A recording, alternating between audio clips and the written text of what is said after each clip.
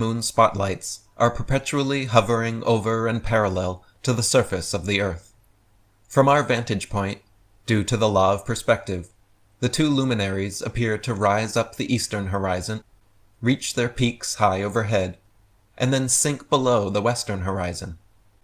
They do not escape to the underside of the flat Earth, as scoffing detractors often imagine, but rather rotate concentric clockwise circles around the circumference from tropic to tropic.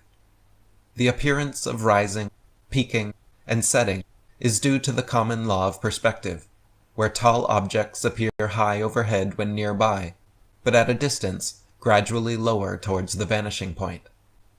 Dr. Samuel Rowbotham wrote, "Although the sun is at all times above and parallel to the Earth's surface, he appears to ascend the firmament from morning until noon, and to descend and sink below the horizon at evening. This arises from a simple and everywhere visible law of perspective. A flock of birds, when passing over a flat or marshy country, always appears to descend as it recedes, and if the flock is extensive, the first bird appears lower or nearer to the horizon than the last. The farthest light in a row of lamps appears the lowest, although each one has the same altitude. Bearing these phenomena in mind, it will easily be seen how the sun, although always parallel to the surface of the Earth, must appear to ascend when approaching, and descend after leaving the meridian or noonday position. What can be more common than the observation that, standing at one end of a long row of lamp-posts, those nearest to us seem to be the highest, and those farthest away the lowest, whilst, as we move along towards the opposite end of the series, those which we approach seem to get higher, and those we are leaving behind appear to gradually become lower. It is an ordinary effect of perspective for an object to appear lower and lower as the observer goes farther and farther away from it. Let anyone try the experiment of looking at a lighthouse, church spire, monument, gas lamp, or other elevated object from a distance of only a few yards, and notice the angle at which it is observed. On going farther away, the angle under which it is seen will diminish, and the object will appear lower and lower as the distance of the observer increases, until, at a certain point, the line of sight to the object, and the apparently uprising surface of the Earth, upon or over which it stands, will converge to the angle which constitutes the vanishing point, or the horizon, beyond which it will be invisible. Globe defenders will often insist this explanation incorrect, and challenge flat earthers that if the sun has simply disappeared due to perspective, then a good zoom camera should be able to bring it back into full view after it is set, just like with ships disappearing beyond the horizon. In reality, zooming a ship back into view from a few miles away is much different than bringing the sun back from over 3,000 miles away.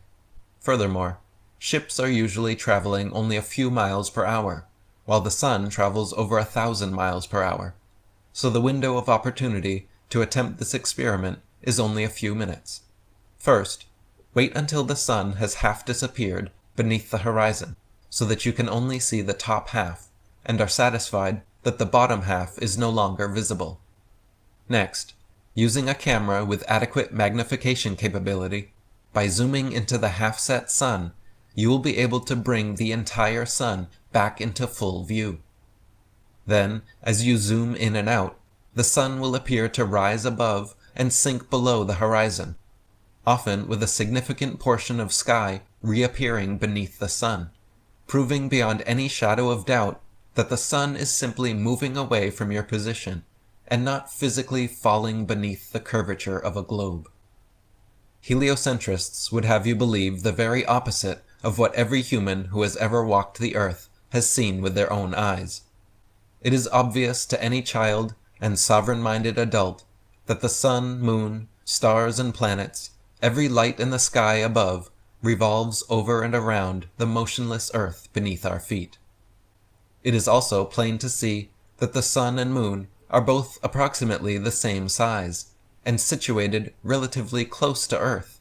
not 400 times divergent, and not millions upon millions of miles away. To abandon your senses and everyday experience in favor of such unfounded science fiction fantasies is a fallacy of appeal to authority so extreme that it leaves the brainwashed believer impotent to trust his own natural instincts, and forever thereafter chained to the fantastical explanations of astronomical charlatans.